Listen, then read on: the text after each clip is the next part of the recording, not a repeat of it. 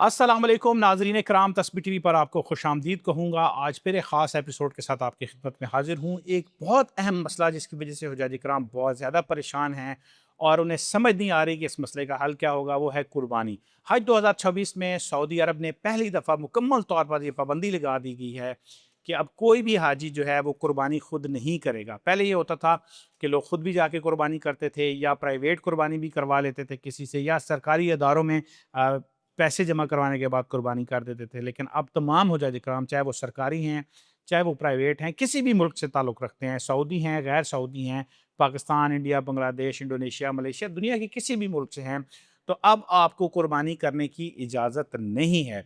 और इसमें जो बड़ी कन्फ्यूजन ये है कि हुज्जाज कराम परेशान हैं, उन्हें पता ही नहीं चलेगा कि हमारी कुर्बानी 10 को की गई, 11 को की गई या 12 को की गई।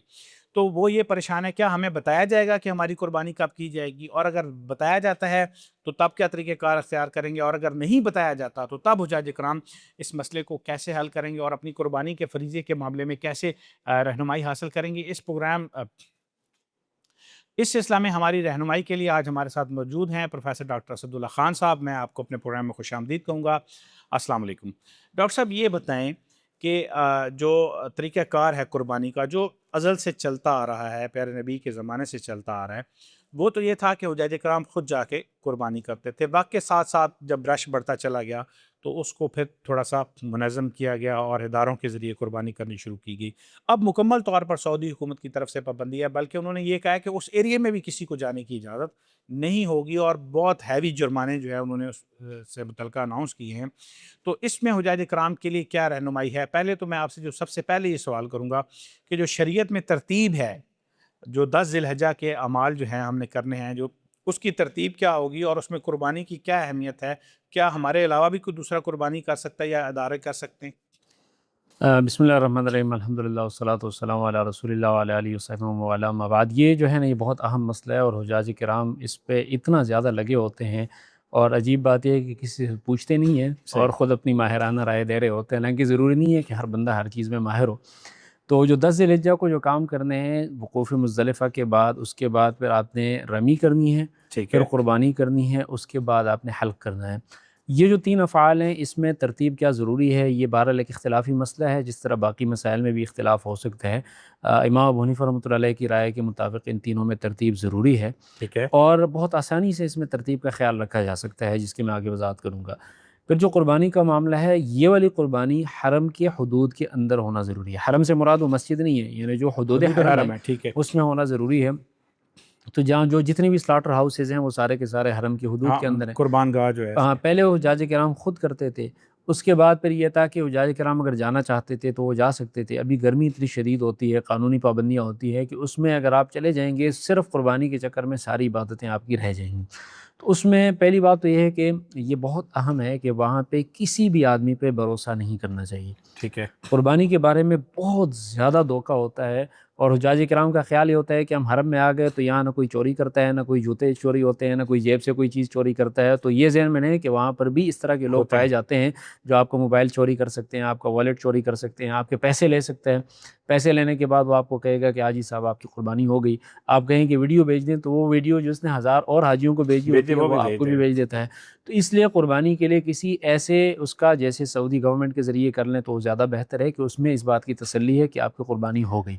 अच्छा, मैं जी। माज़रत यहाँ पर एक छोटी-सी वज़ाहत अपने नाज़रीन के लिए करना चाहूँगा कि मैं खुद ऐनी शाहिद हूँ हुँ, कि हमारे पास होटल में एक खैबर पख्तूनख्वा के इलाके का, मैं इलाके का हुँ, नाम नहीं जी, लेता कि दोस्त नाराज़ ना हों, तो वहाँ के कुछ लोग आ गए। हुँ, तो वो जो पठान भाई थे, तो हुँ, उन्होंने कहा, यार ये तो हमारे अपने हुँ, इलाके के हैं।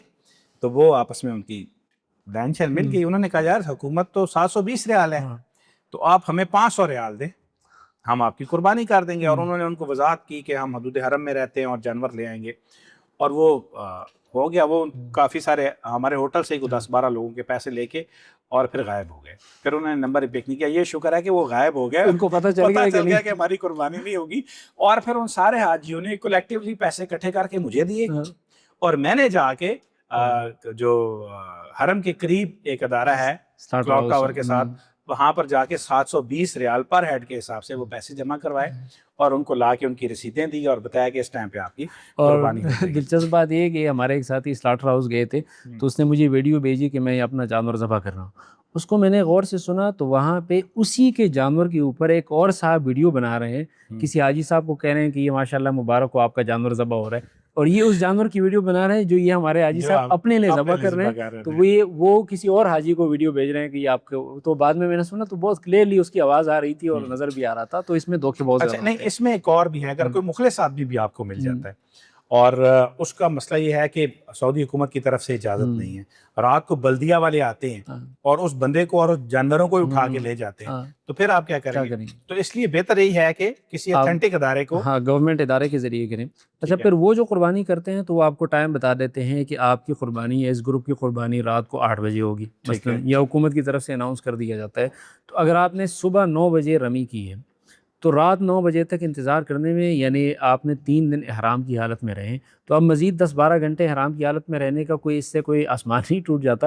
اور دوسری بات یہ کہ آپ یعنی جا کے آرام کر سکتے ہیں، خیمہ میں جا سکتے ہیں، سو سکتے ہیں، آپ اسی احرام کی حالت میں ایزی رہیں جس طرح آپ 2 دن رہے تھے. آپ نے تو آرام کرنا ہے، ایک جگہ پہ رہنا ہے. اور دوسرا اس میں ایک بہت بہتر سہولت یہ ہے کہ آپ اسی حالت میں طواف زیارت کے لیے بھی جا سکتے ہیں. اچھا، دوسرا ایک مسئلہ یہ ہے کہ حاجی جنہوں نے حج نہیں کیا نا، وہ احرام کو بہت پریشانی سمجھ رہے ہوتے ہیں، لیکن جب آپ احرام باندھیں گے تو آپ کو پریشانی نہیں ہوگی، پھر آپ کہیں گے کوئی مسئلہ نہیں، 2-3 گھنٹے 4 گھنٹے ہم اس میں اور گزار سکتے ہیں. وہ عادت ہو جاتی ہے، یہاں پہ یہ بہت ساری جگہوں پہ 2-3 پہنی جاتی ہے تو کوئی اس میں مسئلہ نہیں ہوتا، تو عادت پڑ جاتی ہے.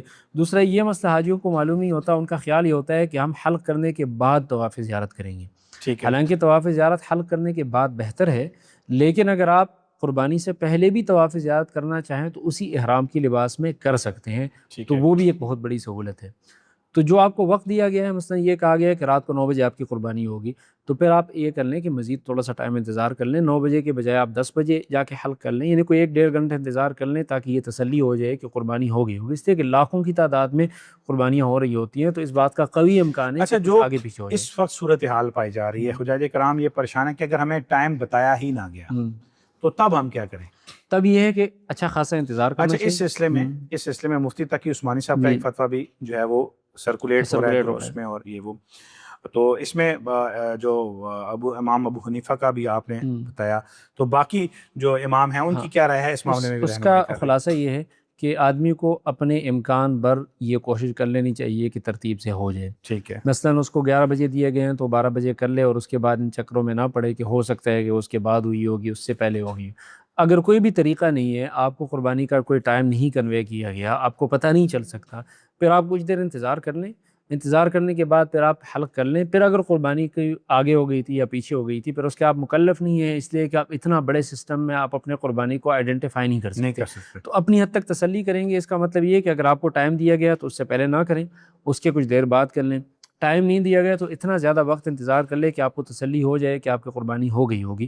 اس کے باوجود کوئی آگے پیچھے ہو جاتا ہے تو اللہ تعالیٰ اس کو معاف کر دیں گے، اس لیے کہ اب اس پریکٹیکلی یہ ممکن نہیں ہے، لیکن اپنے امکان بہتر یہ ہے کہ جو اگر ٹائم امید ہے ٹائم دیا جاتا ہے اداروں کی جانب سے، آپ کو وہاں پر آپ کے جو خدام الحجاج ہیں ان کی طرف سے آگاہ کر دیا جائے گا کہ آپ کی قربانی کا ٹائم کیا ہوگا، تو آپ اپنے انتظار کریں. اس کے بعد جو ہے اپنا حلق اور جو باقی معاملات ہیں صلہ و لباس آپ پہن سکتے ہیں. اور چونکہ قربانی پہ بات ہو رہی ہے تو قربانی میں یہ بھی کہنا ضروری ہے کہ جو دوسری قربانی ہے، جو عید والی قربانی ہے، یہ وہ والی قربانی نہیں ہے، یہ حج تمتع اور یہ حج قران. اچھا، حاجی اگر وہاں پہ جو ہے وہ قربانی کرے اور پاکستان میں بھی کرنا چاہے تو کر سکتا ہے؟ پاکستان میں بھی کر سکتا ہے. اس قربانی کا تعلق حاجی کے مقیم ہونے سے ہے اور صاحب نصاب ہونے سے ہے. اگر وہ اس دوران مکہ میں مقیم ہے اور صاحب نصاب ہے تو وہ قربانی ادھر بھی کر سکتا ہے، یہاں بھی کر سکتا ہے. لیکن یہاں کرنے کے لیے ضروری ہے کہ وہ یہاں پہ حج جب قربانی کا دن ہو تو کرے.